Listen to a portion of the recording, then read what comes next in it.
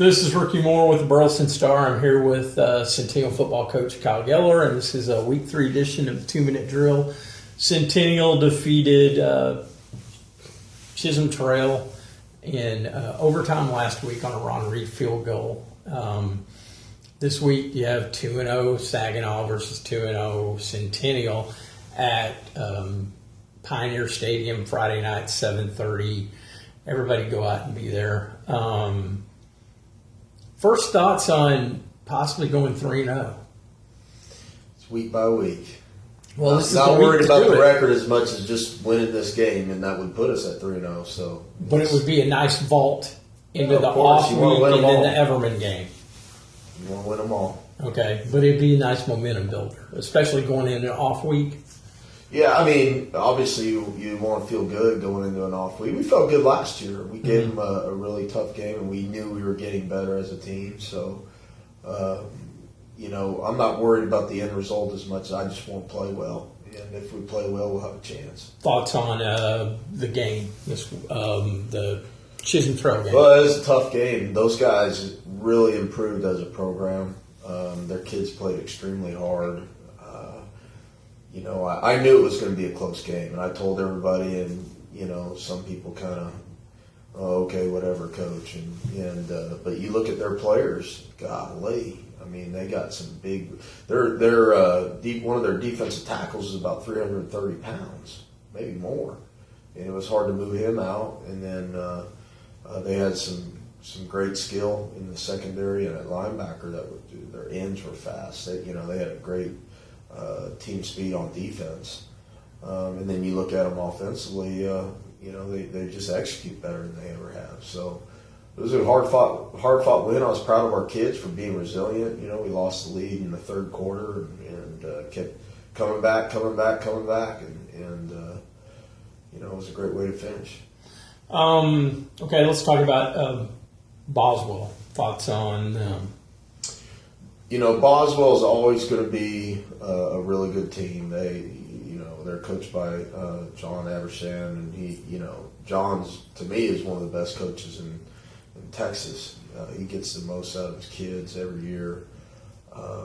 They're always well coached, and they're a good football team. They're 2-0. They beat Cleveland last week. It was a tight game until the end.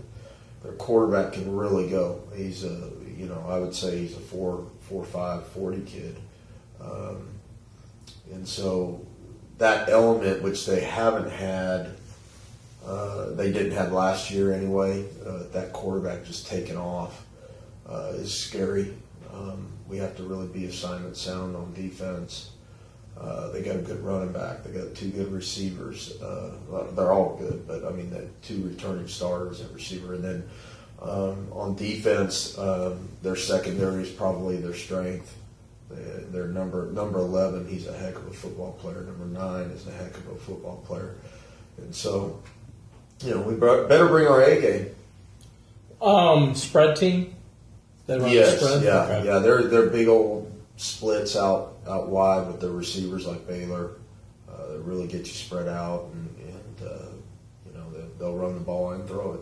Key to the game, controlling the ball, I'm guessing, keep it away from their offense. Yeah, we have to maximize our possessions for sure. We have to make sure when we get the ball that if we go on a longer drive that we come out with points. And obviously not turn the ball over. We had 2 last week, and in a tight game, usually that's your demise. And hopefully this week we won't have any turnovers.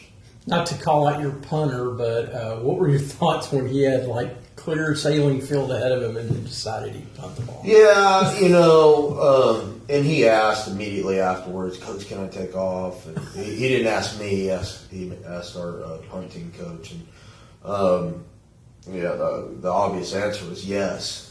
So it's live and learn type of situation. It's not like we haven't practiced it, but it's one thing to practice it. It's another thing to do it in a game when you're in your own territory. Yeah, I don't think he had anybody within him 20 yards. Yeah, he could have easily got the first down anyway. So it's one of those things where he'll learn from that.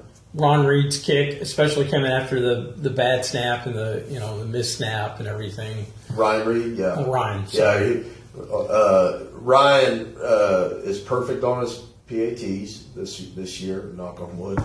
And then he hit that 30 whatever yarder at the end of the game for a rookie kicker. That's pretty good. And it came right after y'all had boxed a really close in field goal from maybe 20 yards out.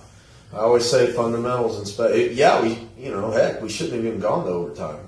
If we wouldn't have bobbled that snap, chances are we don't go into overtime. So it all worked out though. Well, this has been the 2-minute drill with Centennial coach Kyle Geller. This is Ricky Moore with the Burleson Star, and that's a wrap.